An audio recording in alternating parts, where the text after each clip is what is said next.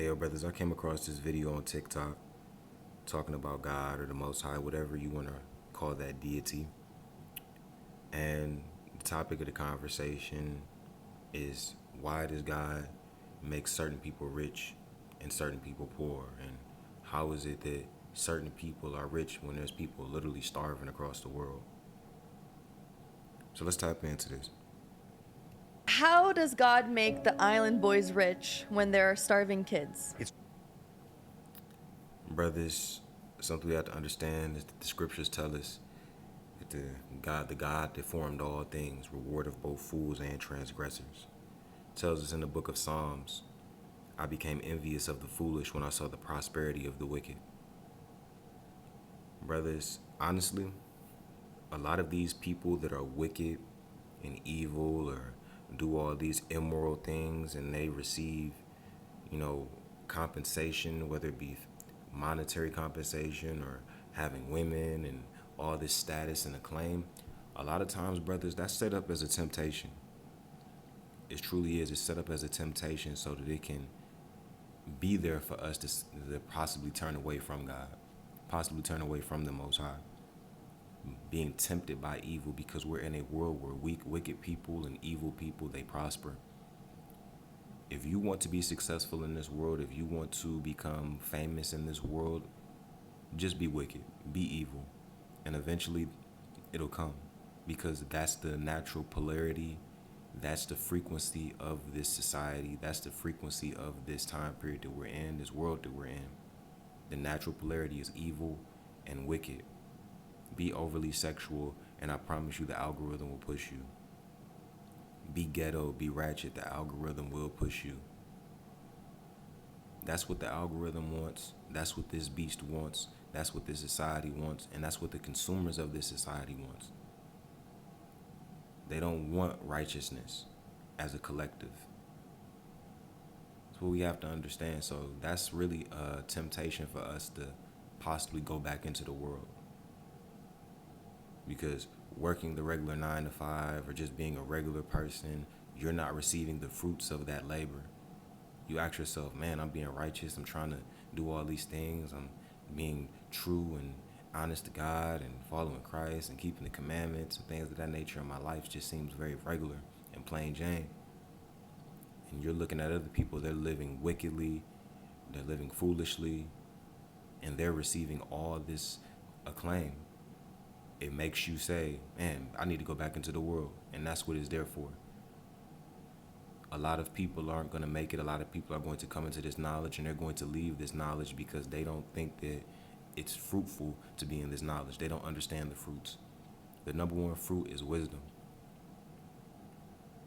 Wisdom, that's where it all starts, brothers. And you have to align yourself with wisdom. The scriptures tell us, doth not wisdom cry? Meaning it's in all walks of life. If it's something you want, you can obtain it, but you have to want wisdom. Wrong to think that because a person is making a lot of money, God is blessing them. Well, I mean, I get where he's going. I'm not going to say use the word blessing, but once again, the scriptures tell us that God rewards both fools and transgressors. In the book of, I believe it was either Isaiah or Jeremiah, he referred to the king of Babylon as his servant, and that he said that he put the king of Babylon in power. I believe his name was Nebuchadnezzar during that time period. He put Nebuchadnezzar in power. He brung him up. And he said that all these other nations must bow down to him. Edom, I believe Moab, all these nations. He made these nations bow down to the king of Babylon, his servant. This is what the Bible says. He built that, and he built Babylon up just to destroy Babylon. He gave Nebuchadnezzar all his riches, all his power. And through his arrogance, his pride, that led to his own destruction. We live in a world of cause and effect. We live in a world of chance, and some people make a ton. Yes, we live in a world of cause and effect, meaning what? For every action, there is a reaction. For every decision we make, there are consequences that follow. And brothers, that's not me talking to y'all, that's me talking to myself. I mean, in general, I have to practice what I preach when it comes to that. We all have to understand that with every decision we make, there is consequences that ensue. And that's something that a lot of people don't understand today. money in some very immoral ways. And that does not mean that God is blessing them. It means they're The way this society is set up, you're not going to become rich or become financially free and independent doing what everybody else is doing. That fairy tale delusion of working a 9 to 5 or working a regular job and you working there for 35, 40 years. Hopefully you collect a pension and you get Social Security when you turn 65 and things of that nature. That mindset is pretty much gone. That doesn't exist anymore. The inflation is going up way too much. The cost of things are going up way too much, while the rates of your hourly wage has pretty much maintained the same steady pace. It may go up 25 cents. That's not a lot. It's not a lot. Yeah, your job is not going to be able to keep up with the current rate of inflation. And a lot of people are going to start quitting these jobs. You're going to start seeing the crime rate go up. You're going to start seeing a lot of bad things. A lot of people are going to start taking out loans, and they're not going to be able to pay back those loans. This is what's going to start happening. The finances in this society is about to extremely cripple. They're doing away with the middle class altogether.